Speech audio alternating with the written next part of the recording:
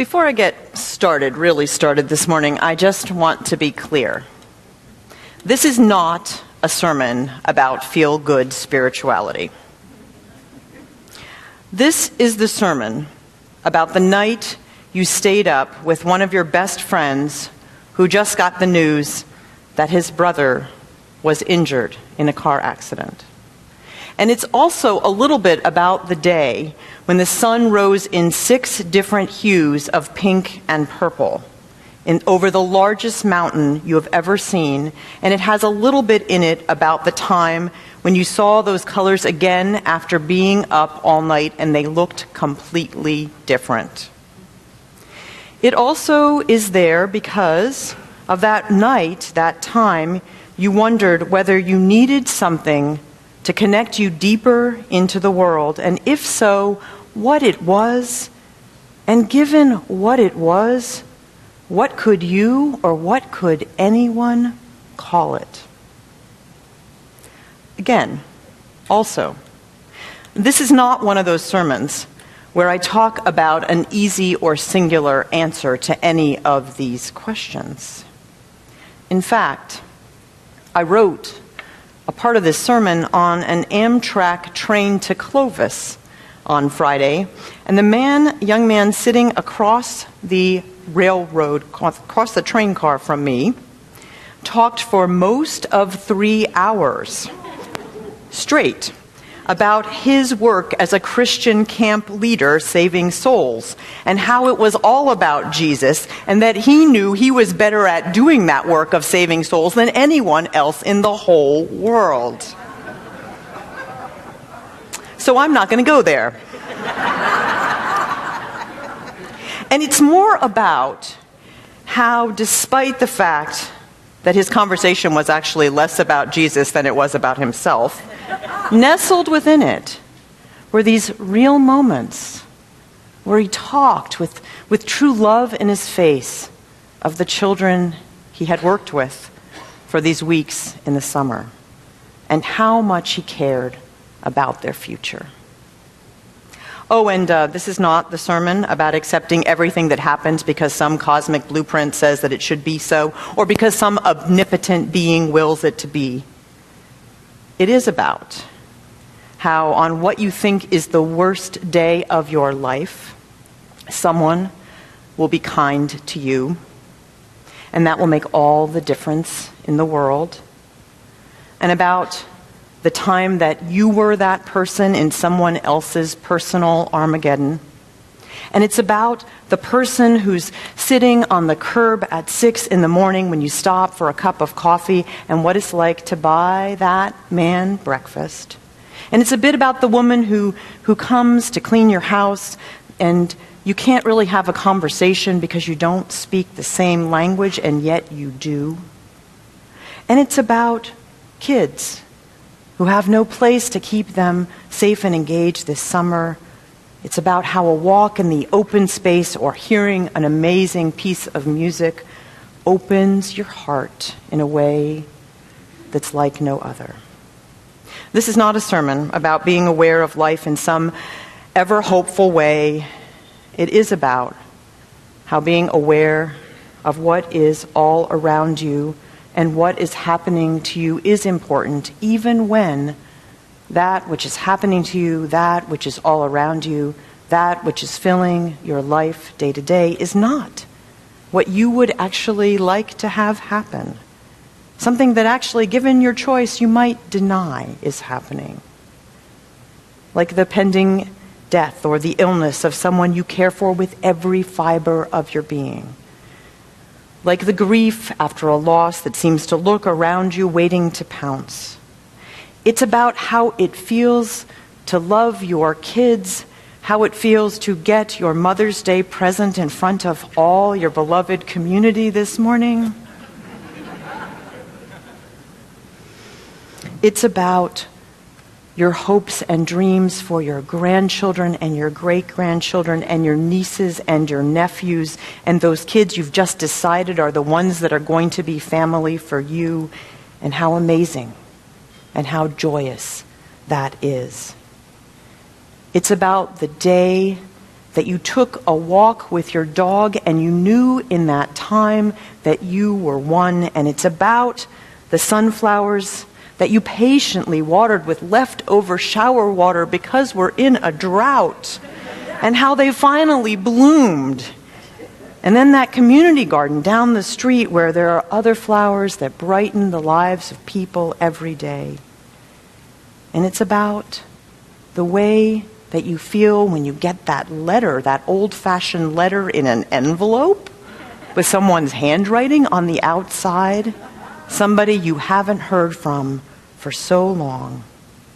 And it's about those mornings when you wake up and you look around and you think, you can't believe you're living in anything that looks like this kind of squalor right now. At its heart, this sermon is about the choices we make every day in our lives, the way we greet our days, the way we make sense of difficult moments. It's about how we practice more wholesome ways of doing that, because as a friend of mine said recently, well, imagine that. Spiritual practice takes practice. Spiritual practice. That's a word that may not be something, the word that you would use, some of you. But spiritual practice is about many things. I could write about now, paraphrase a quote popular in Unitarian Universalist circles and say, tell me about the spirituality that you don't believe in, because I probably don't believe in it either. But the nourishment of the Spirit is real. The need for that nourishment of the Spirit is real. And that's what I'm talking about. That time when you realize that you have to take a breath, a deep breath, and that you actually need to practice doing that.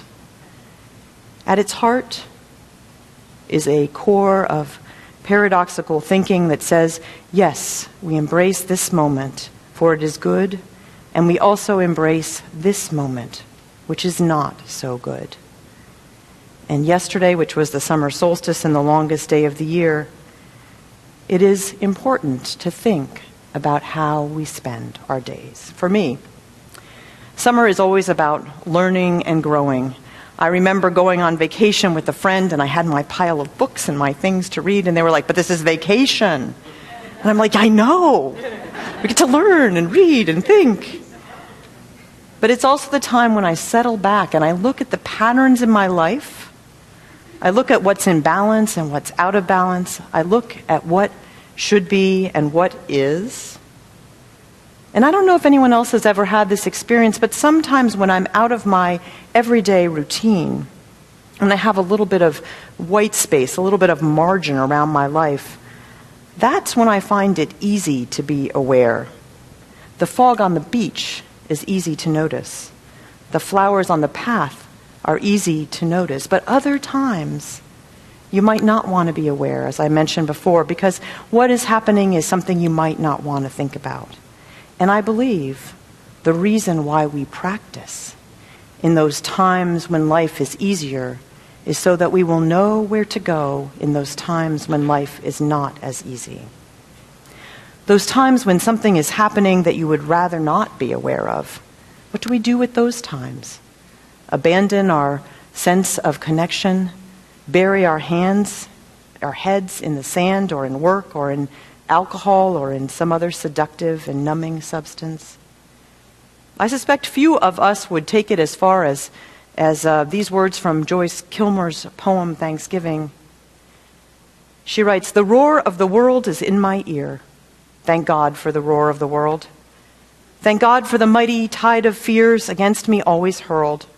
Thank God for the bitter and ceaseless strife and the stinging of the chastening rod. Thank God for the stress and pain of life. And oh, thank God for God."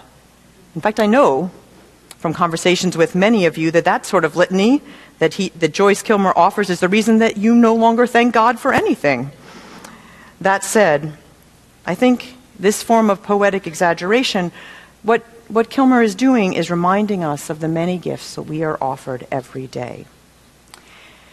And you know, it's sort of like our nail soup. You could say that the man in the story is a con artist.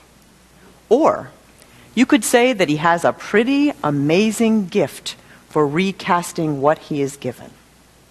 Or maybe it's a little of both. And that is where practice comes in. We cultivate our ability to be in the world for both kinds of times, the good ones and the ones you honestly are not sure you want to live through. Here is what we know. Life is often wonderful, and life is often hard. And both are what we hold, the wondrous and the terrible. My colleague, Scott Alexander, wrote a book about spiritual practice for Unitarian Universalists. And you can tell it's Unitarian Universalist because it has an index in the front. And it's very inclusive. I would read you the whole thing, but that would be the rest of the day. But it includes some of the following in its chapter headings: silent retreats, creating an altar, sitting Zen, journaling, sacred reading, prayer, movement, martial arts, yoga, fasting, intentional eating, partnership as spiritual practicing, parenting, loss and grief, anti-racism, simple living, recycling, quilting, gardening, cooking. What Alexander is saying, I believe, just in the page of the table of contents, without saying anything else, is that it really doesn't matter what it is, as long as you do it more than once and with intention. As Ada Limon said in the reading that Harry shared, it matters what words we use and how we look at what happens to us in our lives. And I would add that it matters that we use words that have meaning to us and we take the time to know those words before those times when we will need them the most. And as one UU notes, many spiritual disciplines require a great deal of intentionality. One must search for and then cultivate and protect those practices. One of those practices is understanding adversity, because adversity, on the other hand, will come to us without any effort or exertion. When difficult circumstances present themselves, we can choose to pay attention. We can keep our hearts and minds and souls open to the gifts of the Spirit, which are hidden in the midst of an imperfect world. Oh, and did I mention that this is not the sermon about waiting for a better afterlife? Because it's not. Because that's not who we are. Though some of us may believe in a future world and future forces of energy for people who have died in this world, our religious ancestors invited us into a deep dialogue with this one and imperfect world. And that's why we need to practice, so we are sure that we are savoring this one. This was not intended to be a sermon with an easy answer.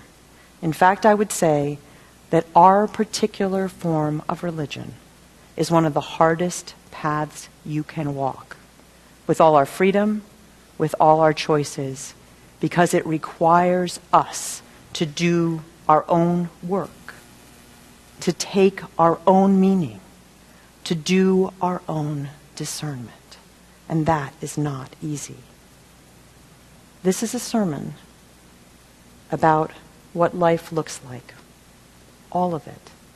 The breathtaking, the heart-wrenching, the inspiring, the depressing, the challenging, the easing, and how we get through the inevitable disappointments and frustrations of that life. How we find a way in the midst of all of it to heighten our appreciation for the many things we have to be grateful for, and also to have the courage not to look away when life stares us down.